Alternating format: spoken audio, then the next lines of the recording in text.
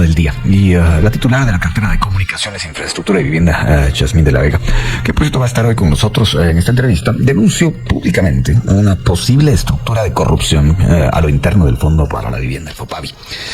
Así que, bueno, señora ministra, gracias por estar con nosotros. Buenos días. Buenos días, Luis Felipe. Buenos días a todos los oyentes. Qué gusto estar aquí con ustedes. Le agradecemos mucho que tome la llamada. Beatriz Colmenares le formula la primera pregunta. Así es, ministra de la Vega. Grandes rasgos, ¿en qué consistía esta estructura de corrupción? Esta posible estructura de corrupción. Mire, lo que sucede es que, tal y como le he dicho, cada gaveta que abrimos encontramos una rata muerta. Frase que ya se ha popularizado. Viralizado, ministra. Aquí ya varios la han usado, lo de la rata. Pero cuéntenos esta rata, ¿en qué consiste? Mire, consiste en que cuando tomó posesión el director de nosotros, de FOPAVI, empezó a encontrar una serie de incongruencias en los expedientes, en las solicitudes para subsidios. Y se detectó a través de cámaras, porque ahí hay cámaras en toda la institución, que había un joven que se dedicaba a, ¿qué le digo? A quitar hojas de expedientes y a poner firmas por todos lados. Encontramos actas falsas y cuando vimos los movimientos de este joven, pues se le despidió y en las cámaras se vio que habría archivos, y el día que se activó y empezó a destruir papelería que tenían todos los archivos con él. Y mucha de esa papelería, obviamente, era papelería que tenía alguna relación con los expedientes dados para los subsidios. ¿Eso quedó en cámara registrado? ¿Es una grabación de que ustedes disponen de una copia, señora ministra? Así es. Fíjese que nosotros pusimos el jueves, el director de FOPAVI puso desde la semana pasada la denuncia en el Ministerio Público contra esta persona. Una vez se le destituyó, se mandaron las pruebas, se puso la denuncia. Al mismo tiempo denunciamos también cómo se ve una persona que entra a FOPAVI en las cámaras. Así que como empezamos a investigar muchas cosas, pues que entra alguien a FOPAVI, ni siquiera pasa por la recepción, sino que entra directo, ¿verdad? Con un sobre manila un poco gordo, como decirle, inflado. Y luego se mete a una oficina y de inmediato el ratito sale y el sobre ya sale planito, pues. Entonces empezamos a investigar todos estos temas, Luis Felipe, porque eran temas sospechosos. Al mismo tiempo empezamos a ver solicitudes de subsidios. Encontramos que en noviembre, el 20 de noviembre, para ser más específicos, del mes de diciembre, 20 de noviembre de 2023, autorizó la Junta Directiva de FOPAVI 10.660 subsidios en una sesión. Se dice, ¿cómo es posible que en una sesión puedan autorizar 10.600 expedientes? Pero bueno, al empezar a buscar esos famosos autorizados, 10.600, se encuentra un libro donde se levantan las actas y se le pone la autorización ya para poder dar un subsidio. En cada una había un acta y luego habían 2 hojas vacías, o sea, todo el file se le enseñó ayer a la prensa. Mire, hojas en blanco, firmadas y selladas, o sea, usted dice, ¿cuándo usted va a poner su firma y su sello como autoridad, como responsable, para que ahí pongan cualquier cosa? Pues esas eran hojas móviles de un libro autorizado por Contraloría General de Cuentas. Solo para que quede totalmente claro para la audiencia, señora ministra, estas imágenes que se captaron en las cámaras, ¿son de cuándo, para ser totalmente claro? Son del mes de febrero, que cuando nosotros ya empezamos a revisar todo, ¿verdad? Todo cómo estaba la situación en FOPAVI. En febrero se empezaron a ver cámaras, se vieron las cámaras, cuando se supo que no, todas esas incongruencias, ¿verdad? De actas, de firmas, firmas falsas, o sea, firmas variadas, o sea, firmas que no corresponden a la firma original, que vienen en los expedientes de estudios socioeconómicos de las personas. Se lo pregunto porque la lógica diría que esta gente pudo haber destruido esta evidencia antes. Entonces, no sé si ustedes se han hecho esa pregunta. ¿Cómo? Se lo pregunto por esto, porque digamos, esta evidencia que usted, porque es lo que llama mucho la atención de esas imágenes captadas por las cámaras, esta evidencia pudo haberse destruido antes, digamos, gobierno anterior o algo así. Ustedes no se han planteado esa interrogante. ¿Qué pasó ahí? Pues mire, la verdad es que posiblemente nunca se pensó, creo yo, en la mente de ellos, no pensaron que esto pudiese descubrirse o que iban a continuar en sus puestos. No les sé decir qué se pudo haber pensado, pero cuando se empezó a tener sospechas de esta persona, se empezaron a revisar cámaras. Y ahí se ve claro, incluso, ¿sabe? Que se ve claro el día que la de Recursos Humanos y el auditor se presentan a su oficina y le dicen que va a ser despedido. Y se levanta el acta pues para despedirlo. Ellos se alejan, eso se ve en cámara también, se alejan y él empieza a abrir gavetas y a destruir papel, y cuando alguien avisó posiblemente que estaba destruyendo papel, se le dijo que por qué estaba destruyendo papel y él dijo que eran documentos personales, pero la verdad es que hay en custodia de nosotros una bolsa completa de esas bolsas de basura, con todo el papel destruido, que se le logró todavía consignar, digamos, porque según hablan los otros los testigos que estaban ahí con él, había sacado ya a la basura una bolsa más. O sea, cuando se le dijo, mire, usted se va, empezó a destruir expedientes y sí, ahí está la bolsa, la tenemos en custodia también y eso está para pruebas al Ministerio Público en la denuncia que se presentó. Ministra, ¿a cuánto ascendía cada uno de estos 10.660 subsidios que se aprobaron el 20 de noviembre de 2023? Mire, son 35,000 por 10,000. Estamos hablando, en este momento no le tengo ese dato, pero Pero son 35,000 por subsidio. Sí, así es, y son 10,000. 660 nos dijo. Sí, así es. Son, según la calculadora, 373 millones de quetzales. ¿Y quiénes eran los potenciales beneficiarios de estos subsidios?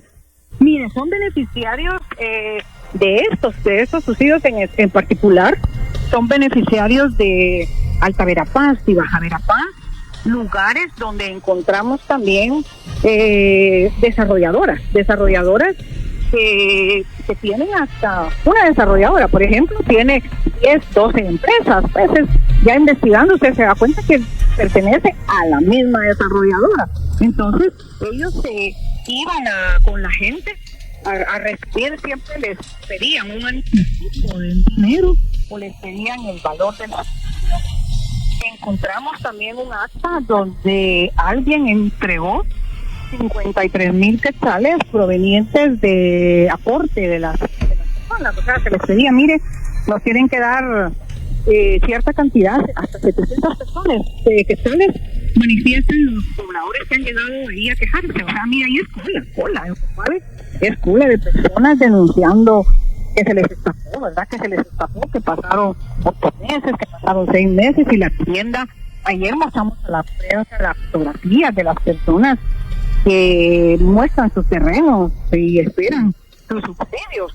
Y cuando usted ve, como le digo, esa acta que se levantó ese día en la sesión del 20 de noviembre, para ser más exactos, todas las actas de todos los subsidios, esos 10,000 y pico de subsidios, tienen hojas móviles firmadas y selladas en blanco, ¿verdad? Incorporadas en esos libros. Señora ministra, a esta charla se ha unido el señor Walter Monroy, que es el director del Fondo para la Vivienda. Así que, señor Monroy, gracias por estar con nosotros. Buenos días. Buenos días, Luis Felipe. Buenos días a la audiencia. Buenos días a la señora ministra.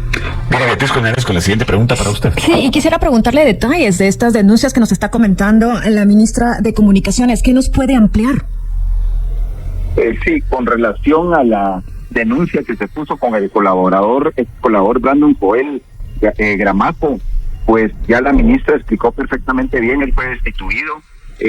Cuando se le notificó la destitución, él pues recibió los documentos y posteriormente se dirigió a su área de trabajo y se dirigió al área de trabajo a destruir papelería que tenía él en resguardo. Al final, cuando se detectó en las cámaras el movimiento que él estaba haciendo, se notificó a la directora de Recursos Humanos y se hizo presente con otra persona del Departamento de Recursos Humanos a hacerle ver que realmente lo que estaba haciendo era incorrecto. Él argumentó, como bien decía la ministra, que era papelería personal, pero al final realmente él estuvo sacando hojas de diferentes expedientes que tenía dentro de su archivo y su escritorio, situación que no es correcta, pues. Entonces, derivado de eso y en base a la evidencia, se puso la denuncia la semana pasada en el Ministerio Público contra esta persona. Se dieron todos los elementos de prueba, a excepción de las bolsas con el material destruido, que el Ministerio Público no las recibió, pero las tenemos en resguardo aquí, a solicitud de ser entregada cuando se nos pida. ¿Por qué no recibió el Ministerio Público ese material que ustedes tienen en bolsas plásticas? Lo único que no recibió el Ministerio Público son las 2 bolsas donde se tenía recolectado el material que él destruyó en las destructoras de papel.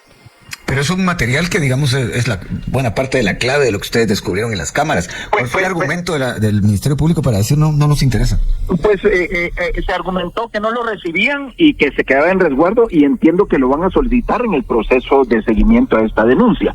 Al final, Luis Felipe, aquí tal vez lo más importante es que muchos de los documentos que hemos ido encontrando dentro de todo el proceso que hemos estado analizando aquí dentro de la institución, realmente hemos encontrado material, documentos con falsificación de firmas, documentos alterados, códigos alterados de las resoluciones de certificación de junta directiva. O sea, aquí encontramos de todo, y realmente la información que se tiene en la base de datos para yo proceder como director ejecutivo a realizar pagos no me da la certeza que yo voy a realizar un pago del 60%, del 90%, porque tengo la garantía que la base de datos me dice que las casas están terminadas. Hemos encontrado un montón de proyectos donde hacen falta que concluyan casas, les hacen falta puertas, ventanas, les hacen falta construir casas, o sea, una serie de situaciones que no permite a una autoridad con tranquilidad dar la orden para pago, porque después vamos a ser objeto de algunos señalamientos. Entonces, estamos haciendo un proceso de supervisión dentro de todos los proyectos que ya están en etapa para tener la certeza que vamos a pagar a empresas que cumplían. Señor Monroy, volveremos a ese tema, pero con nosotros está la ministra Yasmín de la Vega, que es la titular de Comunicaciones, Infraestructura y Vivienda, y quisiera ir a un aspecto más general. Vuelvo a su declaración de días atrás aquí en Emisoras Unidas, ministra, eso de que cada gaveta una rata muerta. Hubo comentarios respecto de lo que en algún momento usted platicó aquí con nosotros, del libramiento de Chimaltenango, de esa obra judicializada. No se puede tocar. Caso de Brecht, también la obra no se puede tocar. ¿Usted no teme que se empiecen a judicializar varias obras que no se puedan tocar y eso detenga mucho la obra pública? Fíjese, Luis Felipe, que en el transcurso de la gestión, yo he recibido esos que me dicen, esa obra está judicializada, o sea, está intervenida legalmente. Pero como yo soy un poco necia, decía mi mamá, yo me pongo a ver, no, pero veamos, encontremos una salida, es que no puede ser. Y me he ido, como le digo, a abrir gavetas, ¿verdad? Para realmente saber si es lo que es la realidad. Y me he encontrado con sorpresas. Por ejemplo, le hablo de una sorpresa. La ruta que va del Molino a la frontera con Valle Nuevo, El Salvador, y de Molino hacia la frontera con San Cristóbal, mi información en caminos era que no la podía tocar, que no podía hacer nada. Y yo me pongo a investigar y a ver, bueno, qué empresa es la que realmente tiene esta. Cuando sé qué empresa la tiene, mandé a llamar a los propietarios de la empresa y les pregunté qué es lo que estaba pasando. Y ellos me comentan que la obra no está intervenida legalmente, que simplemente no se les había pagado una última estimación y que tenían ellos 2 gobiernos, estamos hablando de 8 años, ¿viste? Que vamos a El Salvador y vamos protestando por esa serie de baches y señalización que estamos en la carretera. Y cuando yo me doy cuenta que no era por eso, sino simplemente me dice la empresa, mire, nosotros no nos prestamos nuestra ética, nuestros valores no nos lo permiten al juego que han tenido estos gobiernos. Nosotros tenemos confianza que este gobierno va a hacer las cosas diferentes y esa obra no está intervenida. Entonces, estamos viendo ya el proceso de iniciarlo. O sea, ya se inició, de hecho.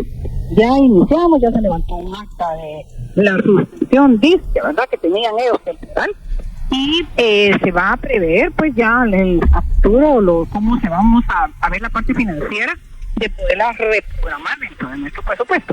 Ustedes, los guatemaltecos, van en este momento de la carretera de Salvador a la frontera con El Salvador, por los 2 lugares, Valle Nuevo y el otro lugar de San Cristóbal, y la carretera ahorita está nítida.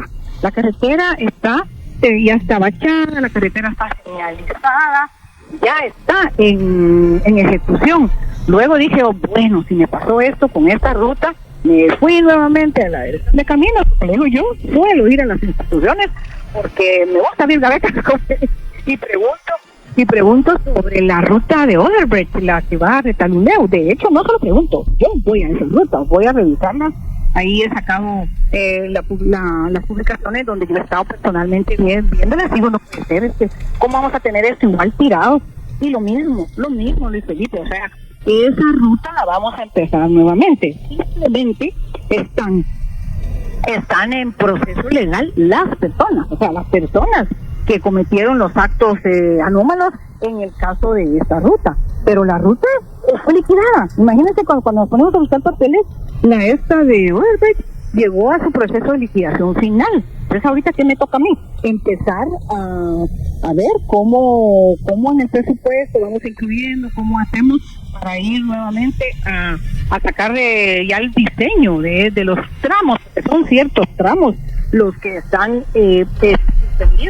suspendidos, se los dejaron tirados, pero más no así se están haciendo. Dejarlos tirados. Sabemos que usted tiene una situación, solamente tenemos un par de preguntas más, ya que el tiempo es escaso. Así es con el siguiente. Así es, ministra. ¿Qué pretendían, según usted, con hacer creer que la obra estaba judicializada?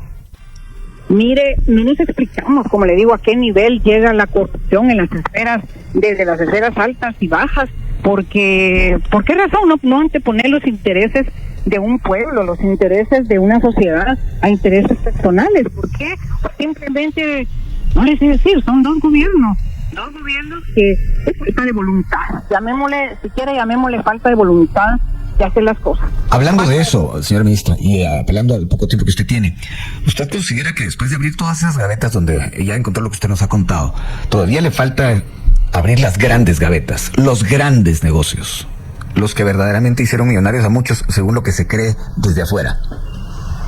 Mira, Luis Felipe, estamos de gaveta en gaveta, de negocio en negocio. Al final nosotros, como le comento, tenemos que trabajar y darle una respuesta al pueblo de Guatemala. Hemos iniciado ya muchas carreteras que en su momento, como le digo, yo encontré todo parado, todo suspendido, así como se lo digo, y se lo digo con propiedad, porque yo fui a esas rutas, no me están contando historias, pues yo fui a supervisar cada uno de los diferentes departamentos. Yo he estado en todo el país, me faltan 3 departamentos porque no me ha dado tiempo relativamente, pero yo he ido a las rutas principales, le he dado prioridad a las rutas fronterizas y todo estaba parado por faltas de pagos. Entonces hemos ya iniciado lo que tenían suspendido.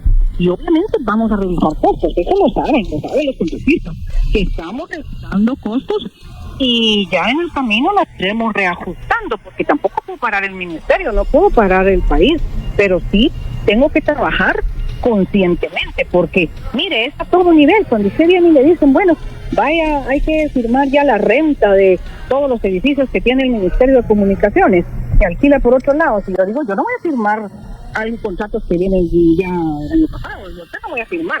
Y cuando vamos a revisar y a ver con los diferentes propietarios, eso ya se firma, me estoy dando tema, pero vamos a ver con diferentes propietarios y yo digo, esto no puede ser, yo no voy a pagar esta cantidad por este edificio. Cuando ya ven que uno no va a pagar y que va a renegociar, le bajan el 30 y el 40%. No quiero pensar mal, pero ¿por qué así por así? Mire, sigan, sí vamos a poder rebajar la renta. Eso no puede ser, Felipe, todo está a ese nivel. Y así hemos nosotros, como le digo, yo estas 2 rutas que estaban desjudicializadas ya van a estar activas. En estos días nos vamos a poner a ver qué podemos hacer con el libramiento de Chimaltenango también, porque de repente encontramos sorpresas ahí. Hemos encontrado tantas sorpresas que no me cabe la duda que también podemos, diría yo, desentramparlo pues y seguir adelante, pero ya con la voluntad de hacer las cosas y hacerlas bien. Ministra, le agradecemos mucho el tiempo que nos concedió en esta entrevista a la ministra de Comunicaciones, Yasmín de la Vega. Nosotros retomaremos la charla con Walter Monroy, el titular del Fondo para la Vivienda, en unos minutos. Y bien, hasta acá el video de hoy. Recuerden que ustedes tienen la última opinión que pueden dejar acá abajo en la cajita de comentarios. Dicho esto, nos vemos hasta el siguiente video. Adiós.